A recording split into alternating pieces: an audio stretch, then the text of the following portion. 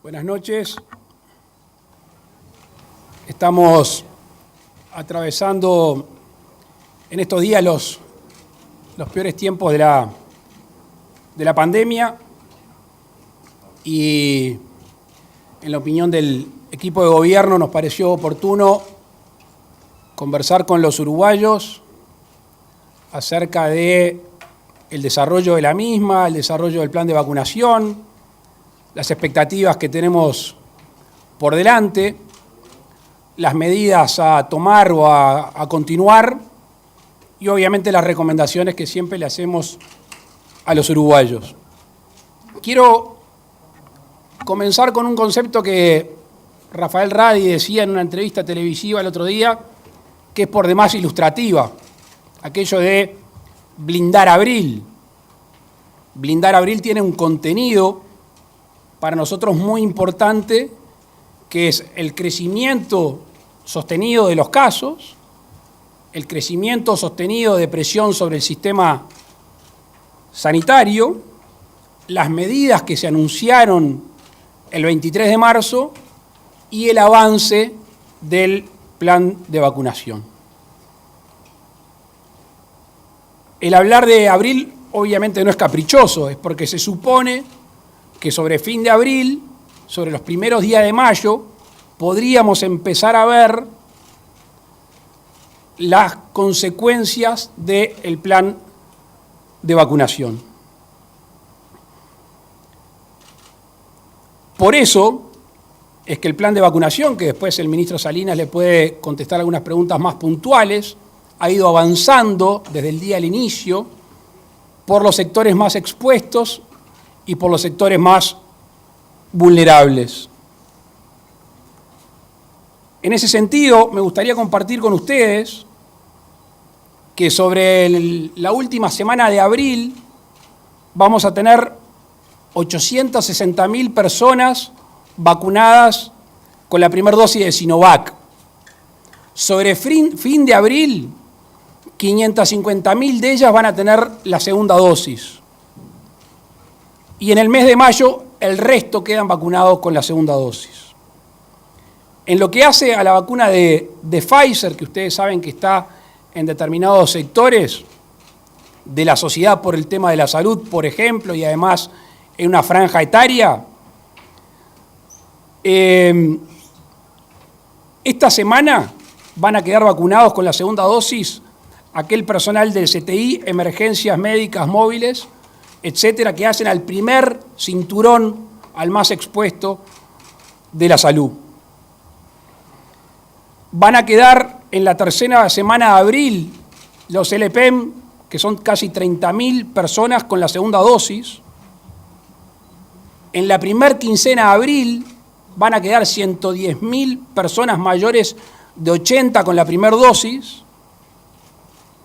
Y también en la segunda quincena de abril, este grupo que se está abriendo, que es el de 71 a 79 años, lo que lleva aproximadamente a 160.000 personas.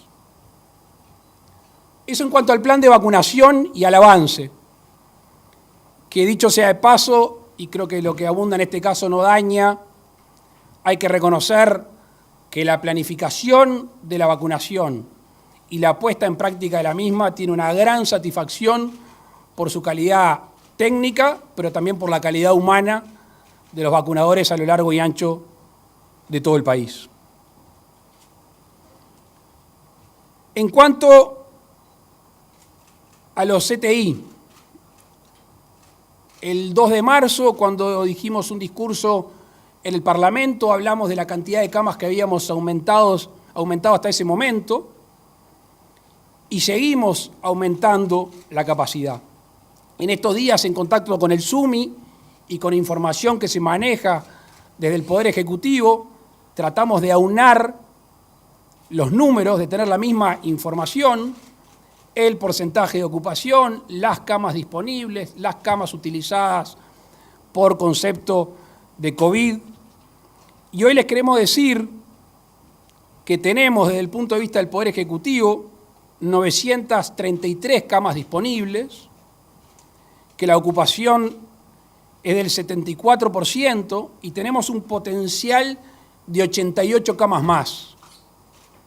Se han hecho compras de material por parte del Ministerio de Salud Pública y obviamente aquí lo más importante, y bien vale agradecerles el trabajo y la presión que están sintiendo los médicos y el personal no médico de los CTI, que a diario escuchamos sus historias y las que tenemos que reconocer y agradecer. De las medidas del 23 de marzo, las mismas se van a continuar hasta el 30 de abril. Nos escribió hace un rato el presidente de la ANEP diciendo que se ha aprobado continuar con la no presencialidad, que no quiere decir que no se estén dando clases virtuales, con la no presencialidad hasta por lo menos el lunes 3 de mayo. En cuanto a las medidas de asistencia económica, ya las informamos el 23 de marzo. La semana que viene, la ministra de Economía y el ministro de Trabajo van a tener una reunión para evaluar la asistencia a otros sectores perjudicados y que necesitan un empujón por parte del gobierno. Ya no solo la asistencia a través del MIDES, sino también la asistencia a MIPYMES, que ahí creemos que tenemos que hacer un esfuerzo mayor para comunicar, porque son herramientas e instrumentos que están al alcance de miles de uruguayos que todavía creemos que hay mucho para utilizar. Quiero detenerme un instante también en algo que ha sido muy comentado por ustedes y como saben a esta altura el gobierno ha tratado de dar la información más clara y transparente que tengamos al alcance, que no está exenta a veces de errores. Y cuando se ha cometido un error, se ha tratado de analizar la razón del error, enmendarlo y compartir cómo ha sido esa enmienda y qué resultado tenemos. Y estoy hablando de casos sensibles. Y el gobierno no quiere dejar pasar este momento para mandarle un apretado abrazo a aquellas personas que han perdido sus familiares en estos días y que lamentablemente las muertes han aumentado sensiblemente. Estamos en estos momentos con una información genuina y veraz con respecto a los test positivos y con respecto a los fallecimientos. Hemos compartido con ustedes test atrasados y ustedes y nosotros nos hemos encargado de ponerlos cada uno en su fecha. Lo que está claro que cada día que digamos cuántos han sido los contagios totales, cuántos están cursando la enfermedad actualmente y cuántos hay fallecidos, ese es el número exacto. En el día de ayer, un conjunto de ingenieros detectaron en la informática por qué se filtraban algunos casos o no. Ustedes han tenido la totalidad de los casos, a veces no exactamente en la fecha que sucedieron. Tenemos confianza en que esta restricción que encontramos va a hacer que la prensa y la opinión pública tenga exactamente, o lo más cercano exactamente para que después podamos tener ese mínimo margen de error, los casos del día y los fallecimientos de ese mismo día.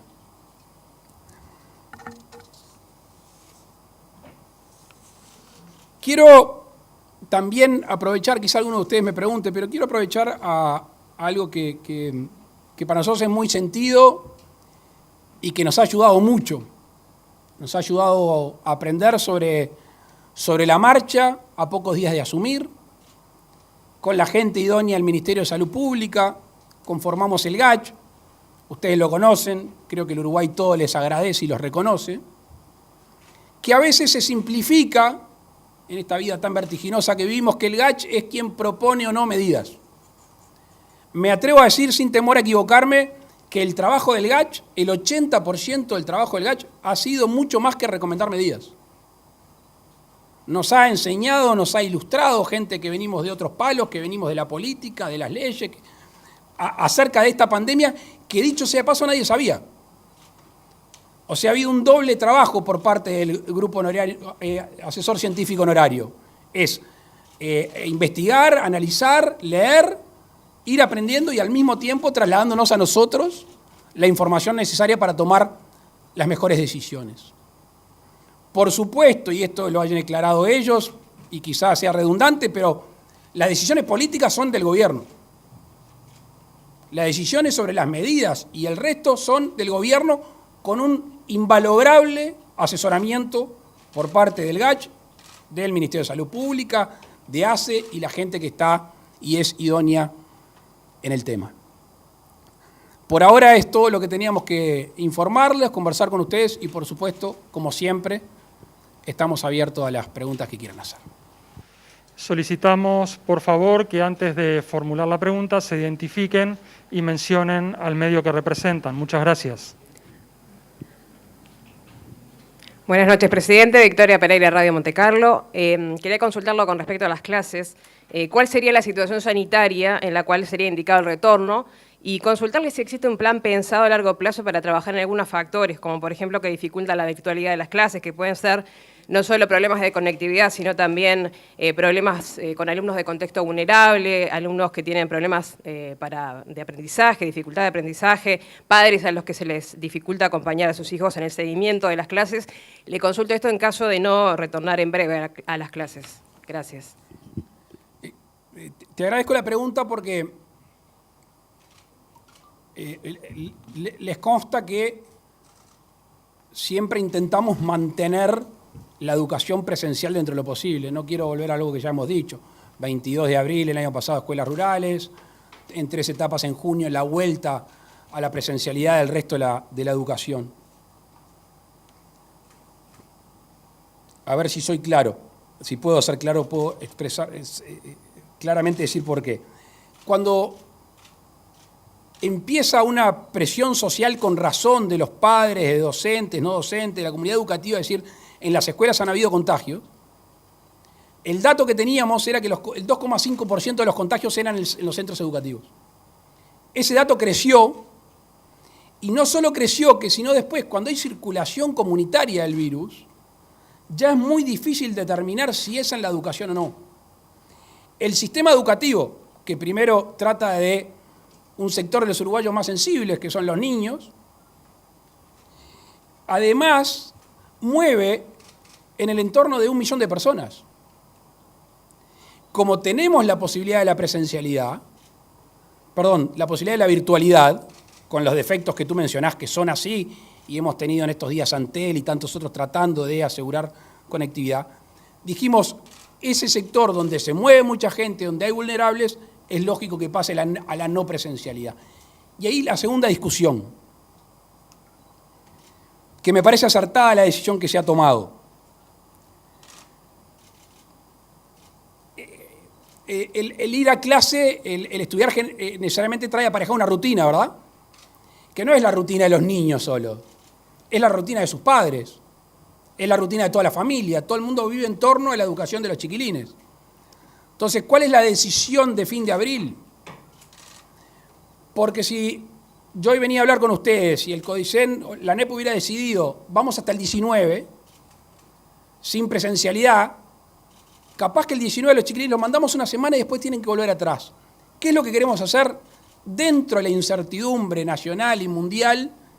Si realmente queremos blindar abril, vamos a asegurarnos que no haya presencialidad, que las familias sepan desde ya que hasta el 3 de mayo van a estar dentro de un sistema de virtualidad para después, esperemos que así suceda, el 3 de mayo ya arrancar todo el año.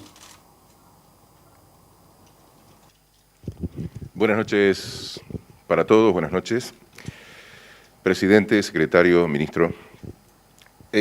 A propósito de los datos que se han conocido principalmente en las últimas 48 o 72 horas, ¿a qué atribuye el Grupo Asesor Científico Honorario, en este caso más concretamente, esta disparada de casos de camas ocupadas en CTI y de fallecimientos a 2 semanas de las últimas medidas por usted anunciadas que profundizaban la restricción de la circulación. Esto por un lado, y por otro lado, el 74%, si no recuerdo mal, que usted manejó de las camas ocupadas de CTI, se aproxima a un 85% que las sociedades médicas y científicas, varias de ellas, habían señalado que sería un porcentaje crítico, un 85% de ocupación, si hay capacidad de seguir instalando camas de CTI. Gracias.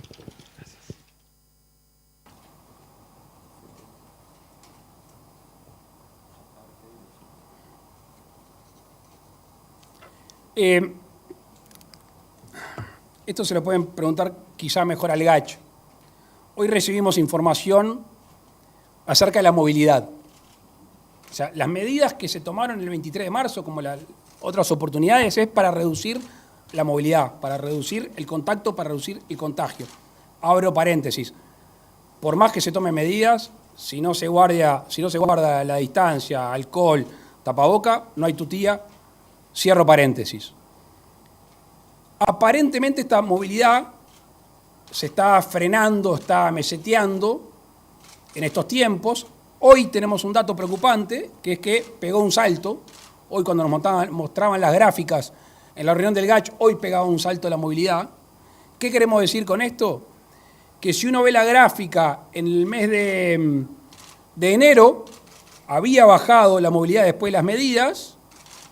Ahora, después subió, estaba bajando y pegó un saltito. Lo que pedimos es que dentro de lo posible la gente no se mueva, que la gente se mueva lo menos posible. Por más medidas que tomemos, si la gente insiste en la movilidad, no vamos a bajar el número de contagios. Por eso,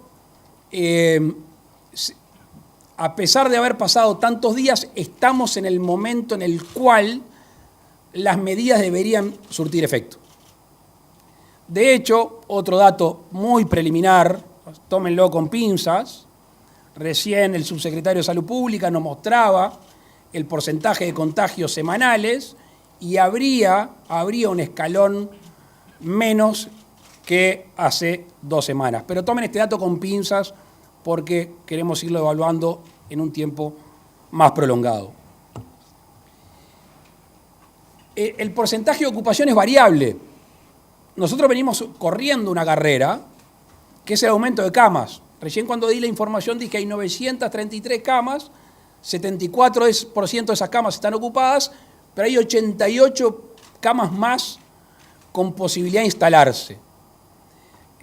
¿Mañana es la inauguración? El viernes.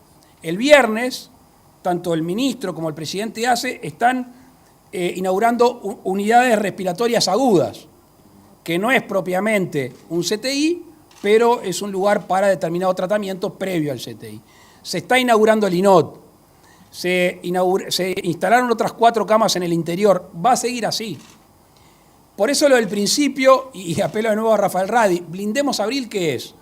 Mesetiemos los contagios, eso supuestamente va a derivar en menos CTI, y la vacuna que va a estar avanzando y va a tener resultados sobre el mes de mayo, ahí esperemos tener contenido el virus, obviamente apelando a las conductas de cada uno también.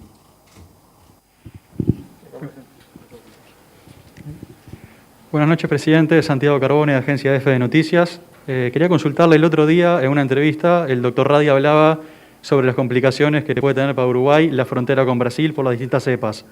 Teniendo eso en cuenta, si el gobierno se estuvo pensando en el tema y cómo piensan solucionar esta problemática de aquí a futuro pese a la vacuna. Y se mencionaba hoy también en la reunión que tuvimos con el GACH el tema. La frontera con Brasil tiene algunos puntos que son frontera seca y hay vida binacional. Yo he escuchado algún planteo de cerrar las fronteras con el Brasil, es no conocer el país, es no conocer la vida diaria de las personas. Lo que hicimos hasta el momento fue retroceder la defensa, retroceder las marcas y tratar de hacer un círculo sanitario, que obviamente es permeable porque hay gente que tiene que movilizarse, a las salidas de esas ciudades. Por suerte, un departamento que teníamos determinadas complicaciones como Rivera hoy es uno de los departamentos con más vacunación del país, con más porcentaje de vacunación del país. Eso sumado a lo que corre para todo el país, que es reducir la movilidad y la protección personal con las medidas no farmacológicas, debería ayudar donde hay una cepa que amenaza, pero que hoy esa cepa, y decime si me equivoco, es una cepa que está presente en todo el país, ya no solo en la frontera con el Brasil. Buenas noches a todos. Leonardo Silvera de Telemundo, Canal 12.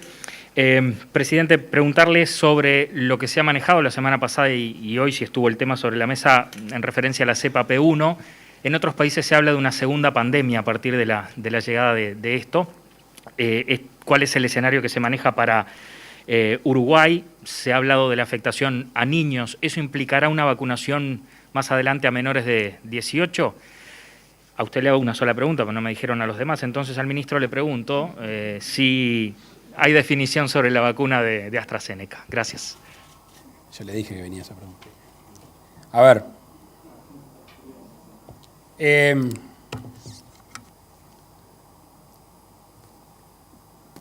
Me veo tentado a poner comillas, pero no es una frase mía, es de Rafael Radi. No es cierto decir que hay una pandemia distinta con la cepa P1. Esa afirmación no sería así. Con respecto a la afectación y a vacunación de niños, no está decidido si el secretario de Presidencia, previendo esa posibilidad, que está lejos de definirse, pero nos gusta ser precavidos, está haciendo algún contacto para obtener vacunas para eventualmente tener que proceder a la vacunación de esa población. De hecho, ya estamos encargando más vacunas. Hemos aumentado los pedidos, no lo había dicho todavía, ¿no? Hemos aumentado los pedidos que están llegando en mayo y estamos tratando de aumentar otros pedidos de la otra vacuna, entre otras cosas porque si después hay que dar una tercera dosis, que alguno de ustedes ya está escuchando, que no está comprobado ni nada por el estilo, o se tiene que vacunar a los menores de 18, tener esa vacuna y no tener que salir a correr atrás en esta batalla que hay en el mundo por conseguir vacunas. Con respecto a esto y a la vacuna AstraZeneca, le voy a dar la palabra al ministro Salinas. Bueno, creo que es oportuna la pregunta. Voy a ser breve, conciso y con los datos que nos proporcionó en el día de hoy el informe de la Comisión Nacional Asesora de Vacunación. Allí el grupo de científicos, en un trabajo de búsqueda bibliográfica, estudios comparativos en todos los países, se han dado 34 millones de vacunas en todo el mundo, entre Reino Unido y Unión Europea, y han habido, como ustedes saben, algunos casos de trombosis que están en el entorno de los 205 casos en 34 millones, que se han dado particularmente en mujeres menores de 55 años y se postulan diversos mecanismos que no vienen al caso, son términos técnicos médicos. La conclusión del grupo, concretamente, se la resumo en dos. Los beneficios de la vacuna superan ampliamente a los riesgos. Es la primera conclusión. La segunda conclusión, analizada toda la bibliografía y la evidencia científica, es recomendar la vacunación en mayores de 60 años en virtud de esta evidencia parcial sobre estos 200 casos en 34 millones. Eficiencia de la vacuna en la primera dosis. El presidente me acota eso porque realmente es una vacuna con alto, no solamente es eficaz, segura, sino además con un alto nivel de protección en la primera dosis que está en torno del entre 70 y 80% y con una segunda dosis a los 90 días. Entonces, con esta primera dosis, primer cargamento que nos llegó de 48.000, pensamos que también podemos reforzar en parte algún programa particular como puede ser aumentar o incrementar con vacunatorios específicos en la frontera, toda la región fronteriza. Quiero aprovechar para repetir algo que dije al principio, quizás no fui del todo puntual, que es a no confiarse por tener la primera dosis. es la primera dosis, la segunda dosis y 15 días después. Cada uno que en el papelito sepa cuándo fue la primera, cuándo la segunda y recién 15 días después. ¿Por qué? Porque nos decían los científicos que esa falsa creencia que la primera dosis me genera inmunidad, me junto con otras personas y hay una competencia para el virus más fuerte. Entonces eso puede complicar a no creernos que con la primera dosis ya se está inmunizado. Y eso nos pidieron especialmente que hagamos hincapié. Buenas noches, Daniel Rodríguez de Subrayado, Canal 10. Quería seguir en este tema vinculado a la vacunación, dado que el gobierno ha definido mantener las medidas y no incrementarlas, y se plantea un plan de vacunación que viene consistente. Si no se ha pensado acelerarlo, adelantando compra de vacunas para el mes de abril, agregando más vacunatorios y también más horas de vacunación o el día domingo. También, ya de paso aprovechar, voy a preguntar si alcanza las vacunas que ya están como para poder completar lo que está previsto. Y en la referencia que usted hacía, presidente, sobre la conducta individual, y en función de un episodio que pasó esta semana, que usted tuvo que hacer su hisopado, preguntarle si usted va a seguir con su ritmo de agenda habitual y con el contacto con la gente como hace habitualmente, o en función de lo que ha dicho, va a cambiar ese hábito. Gracias. Bien.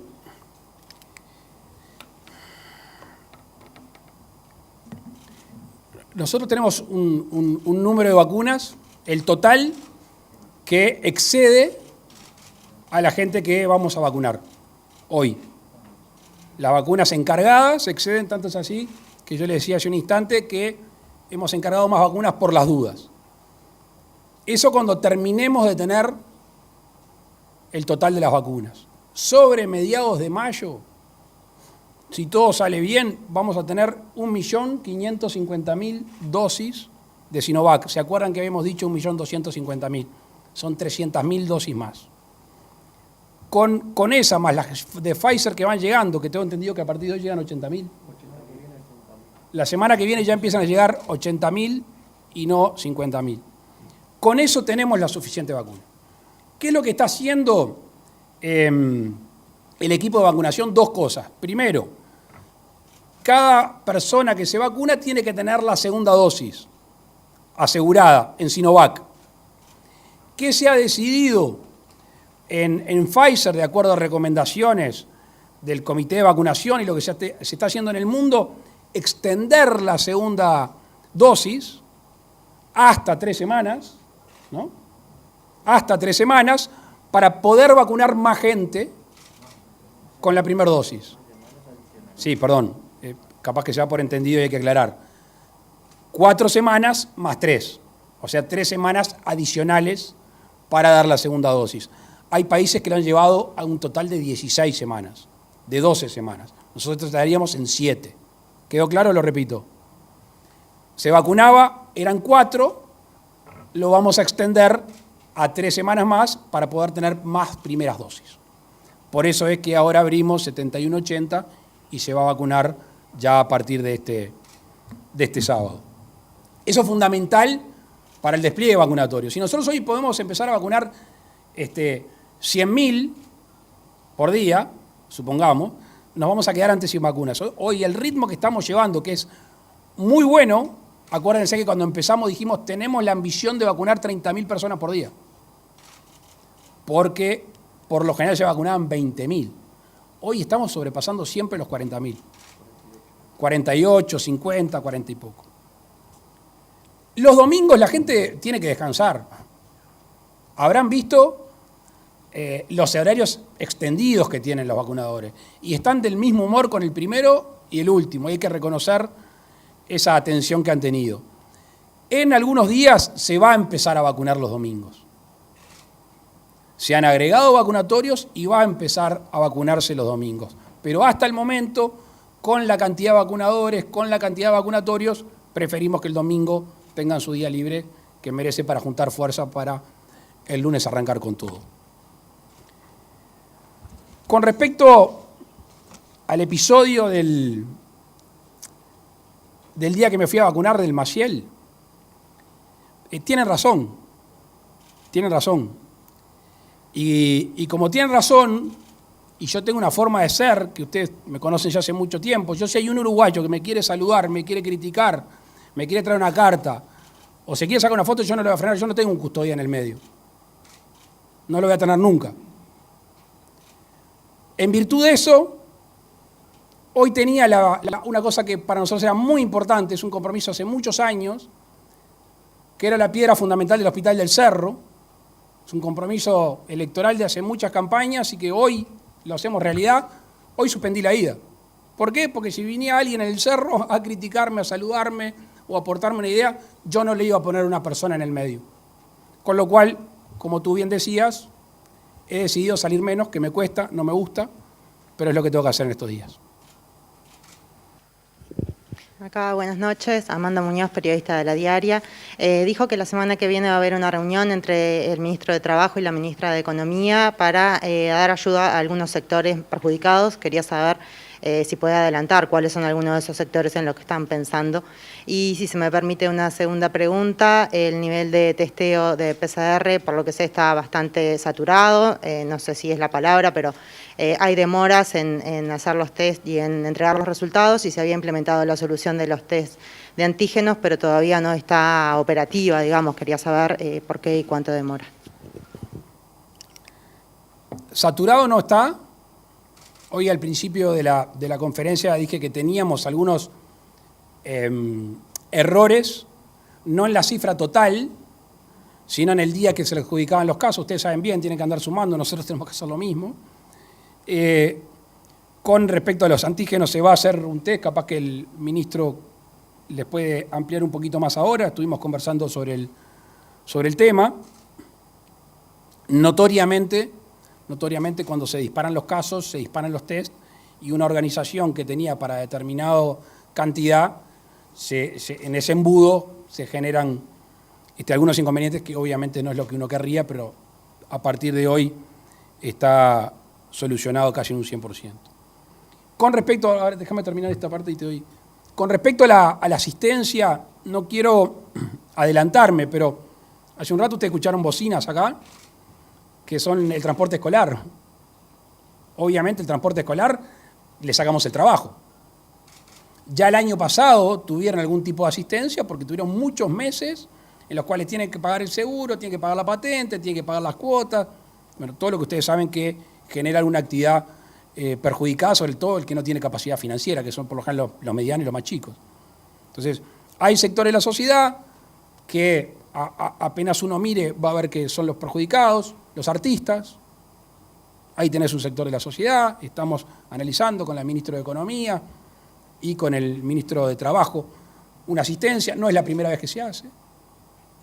Y hay otras medidas que no son sectorizadas, que no las quiero adelantar yo porque las está terminando la ministra de Economía con el ministro de Industria, que hacen a la vida diaria de algún insumo de los uruguayos que va a tener un tratamiento especial justamente por estar en un momento complicado de la pandemia que tiene consecuencias negativas económicas en la vida de la gente. Así que la semana que viene, entre lunes y miércoles, y quizá otro día más, van a tener anuncios de la ministra de Economía, el ministro de Industria, anuncios de la ministra de Economía con todo su equipo en base a, a las medidas para la micro, pequeña y mediana empresa, y una reunión del ministro de Trabajo con la ministra de Economía para una asistencia puntual a estos sectores que han sido más perjudicados.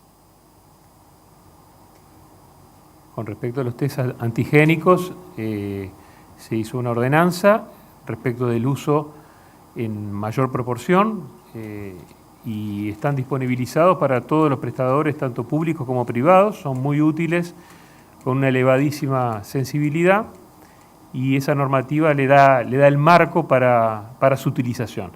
Es un mecanismo endpoint, como quien dice, en 15 minutos, 20 minutos se tiene el resultado, entonces tiene una gran utilidad, particularmente en casos sintomáticos y en brotes. Y los estamos usando realmente en forma asidua, bastante más, se ha tomado confianza en el método.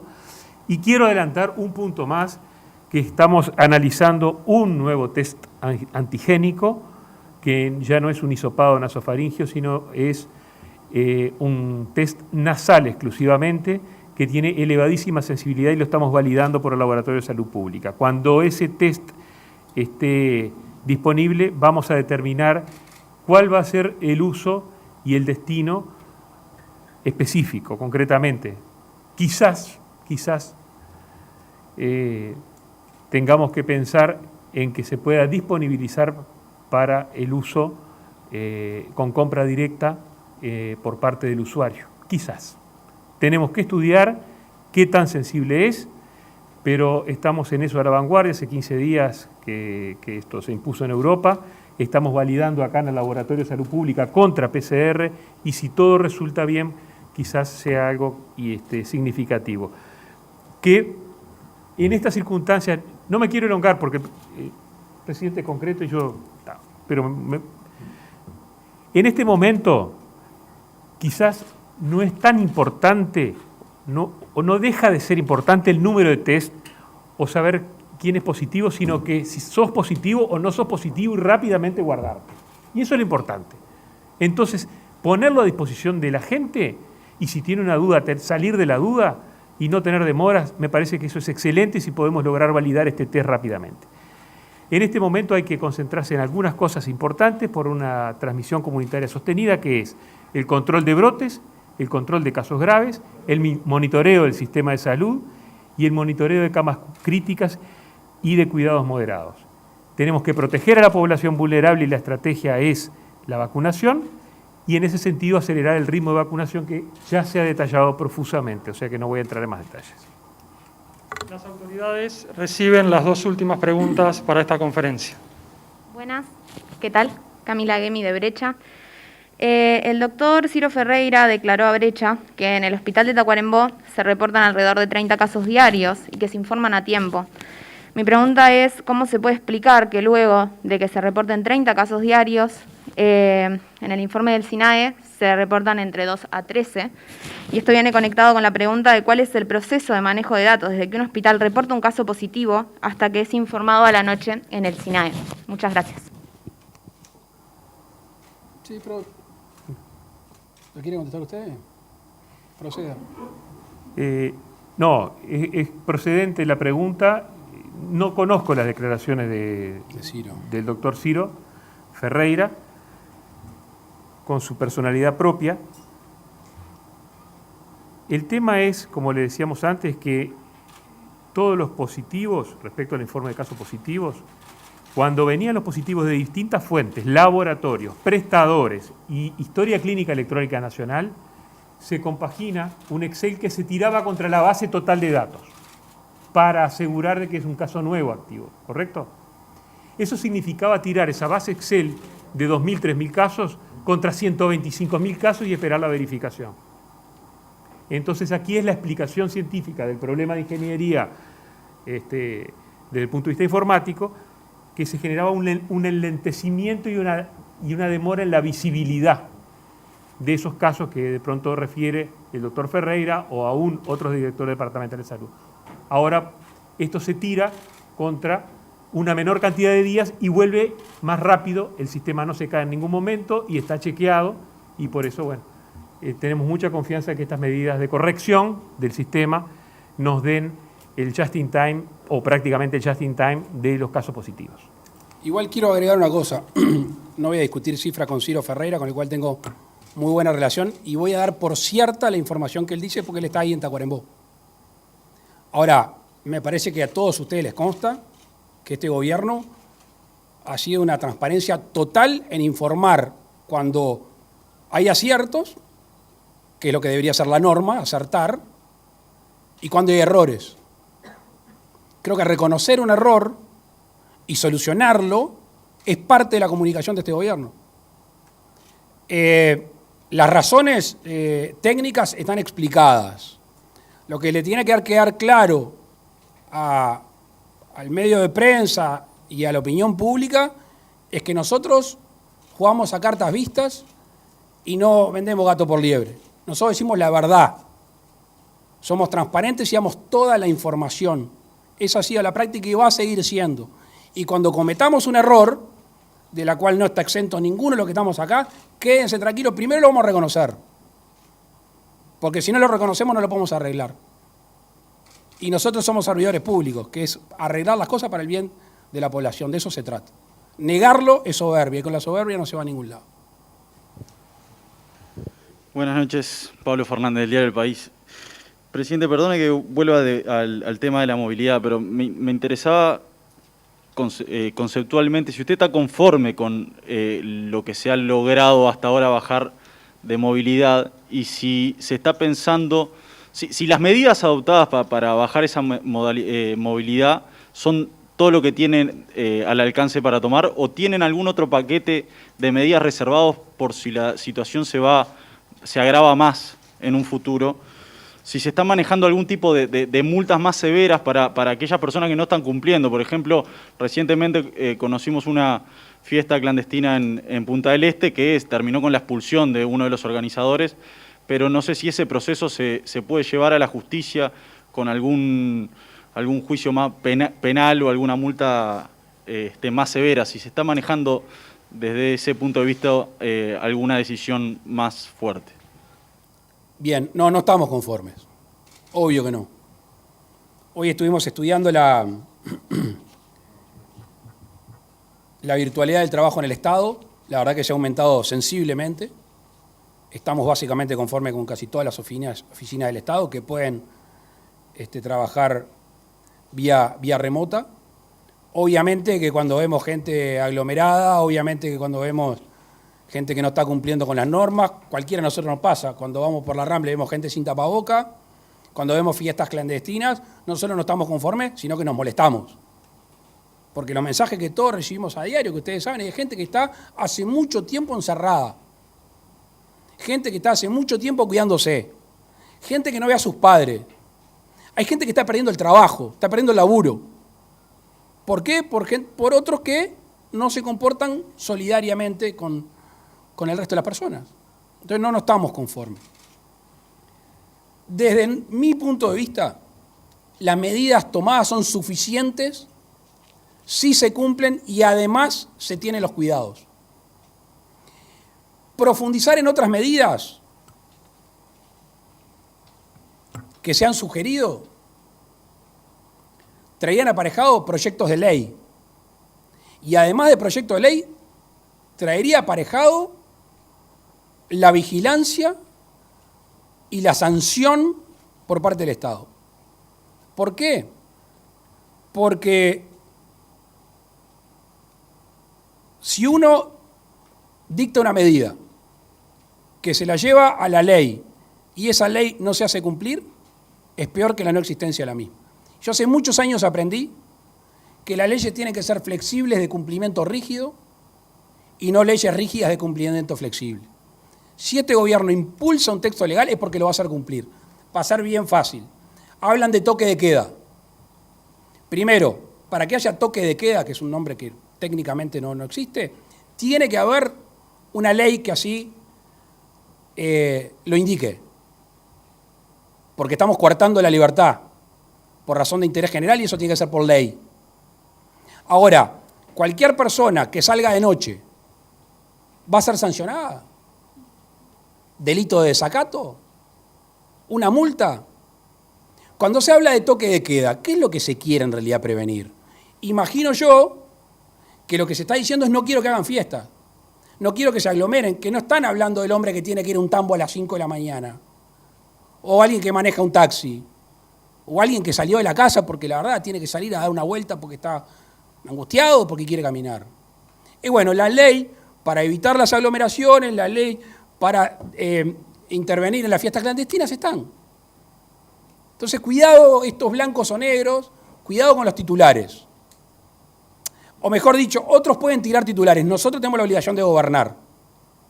Y para gobernar evaluamos la medida, la dimensión de la medida, la eficacia que puede tener la misma y después los derivados en la vida social de la gente, en la salud mental de la gente y también en el bolsillo de todos los uruguayos. Y esa es la evaluación que hemos hecho al principio y que vamos a seguir. Concluyendo con las medidas que hemos adoptado, si la gente las acata y además se cuida y cuida al resto de los uruguayos, deberíamos de seguir aplanando la curva deberíamos de no tener saturación del CTI y deberíamos haber blindado abril para que en mayo las vacunas empiecen a surtir efecto.